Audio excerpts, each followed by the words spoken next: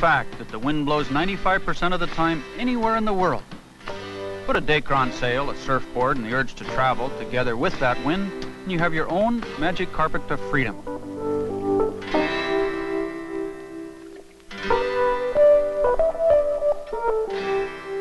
I'm Warren Miller, and I've sailed all kinds of boats for years. I've sailed small ones and big ones, and I don't need a big crew to sail a windsurfer.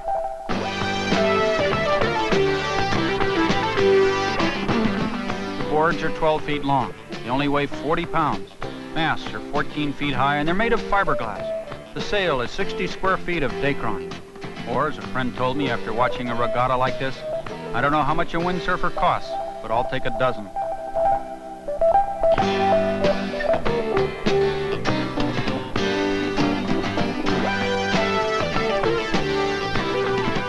Windsurfing really appeals to anyone who can walk, swim, run, ride, watch, or just plain pant.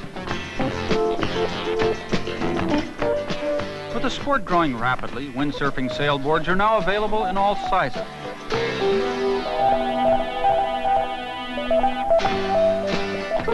It's a family sport.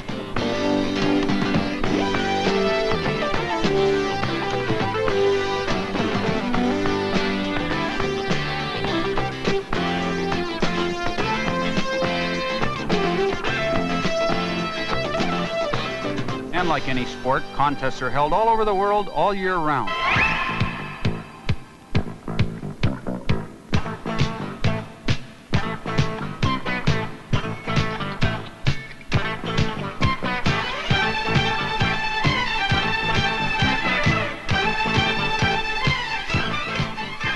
From Anchorage, Alaska to Key West, Florida, from Hawaii to Maine, it's not uncommon to have 300 or 400 competitors in a single regatta.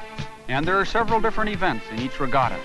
There's regular round-the-buoy racing, exactly like conventional sailboat racing, with windward lured marks, but at speeds as fast as 20 miles an hour. When you're racing, it's hard to figure out why that guy's passing you. After all, his sail is exactly the same as yours. His board and mast are identical too. Let's see now, what about my outhaul, the downhaul? Is the centerboard the right depth? Am I standing too far forward or back too far?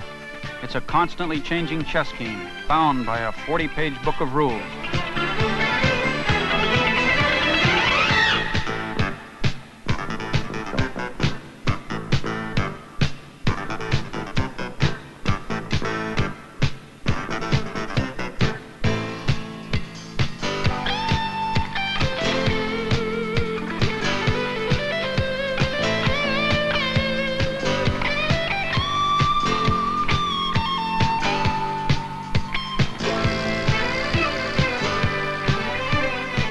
You don't want to sail fast? Well, there's freestyle events.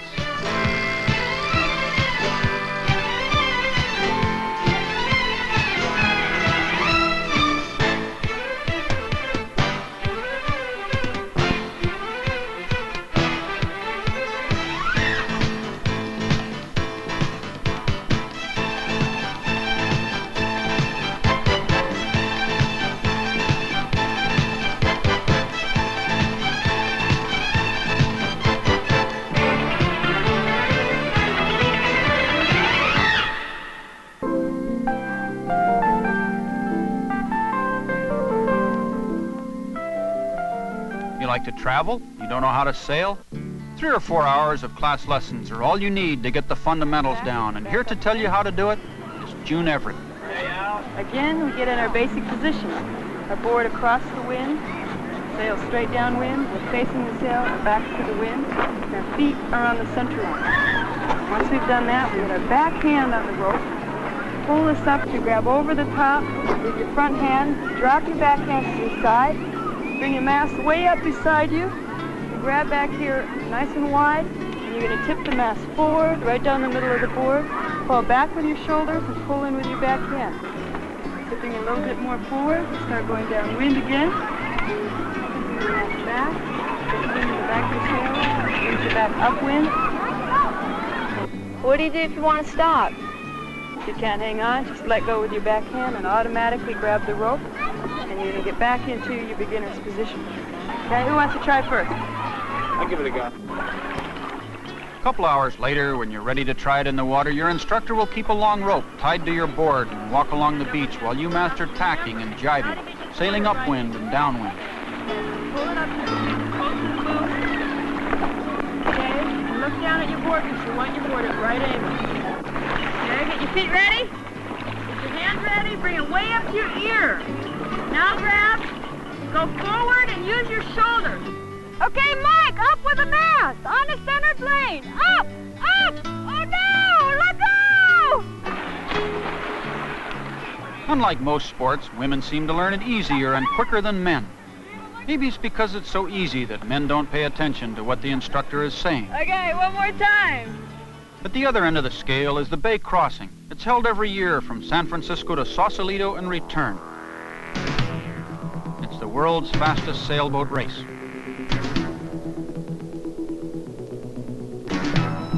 The average speed last year was over 20 miles an hour. Tricky currents, high winds, and fast-moving ships make this the Olympic downhill race of windsurfing.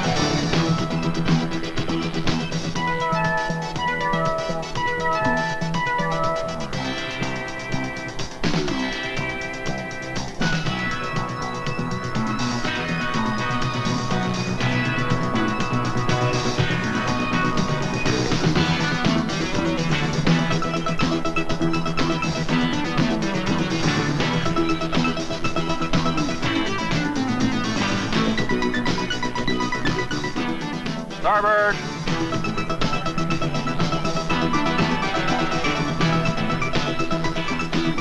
Port.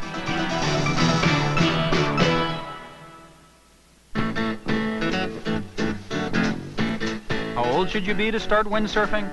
Old enough to walk, light enough to float.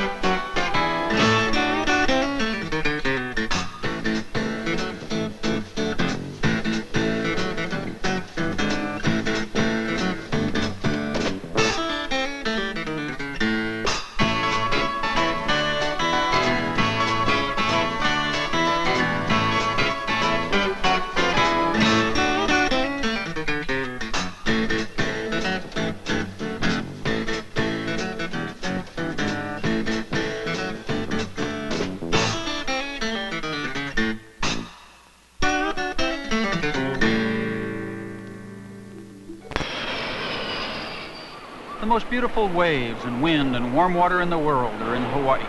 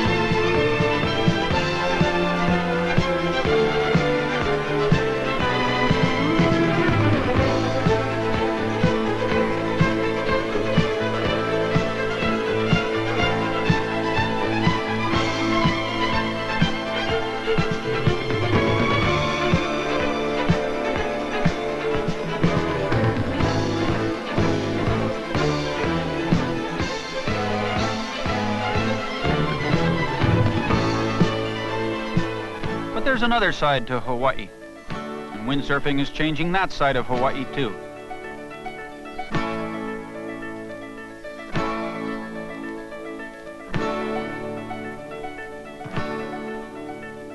Sure, they still have luau's, but instead of listening to ukuleles, guitars, and waiting for the Beach Boys in that outrigger canoe ride, or fighting crowded winter waves on the North Shore, you can sail to your own private paradise.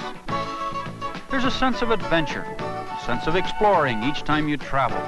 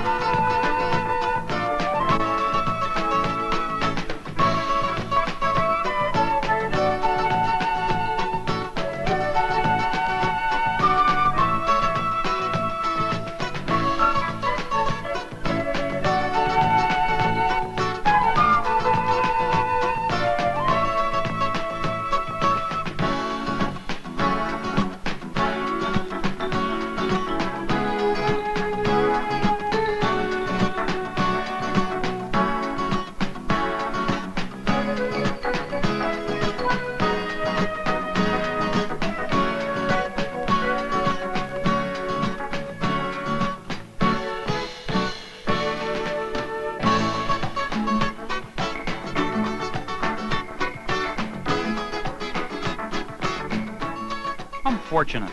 I found out about freedom when I was very young. I went to the mountains and I tried skiing in 1938.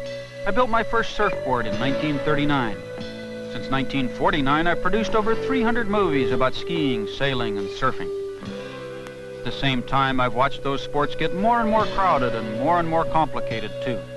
But I've once again found the just right combination of unlimited space and an uncomplicated sport. I found another excuse to travel. I found out about windsurfing.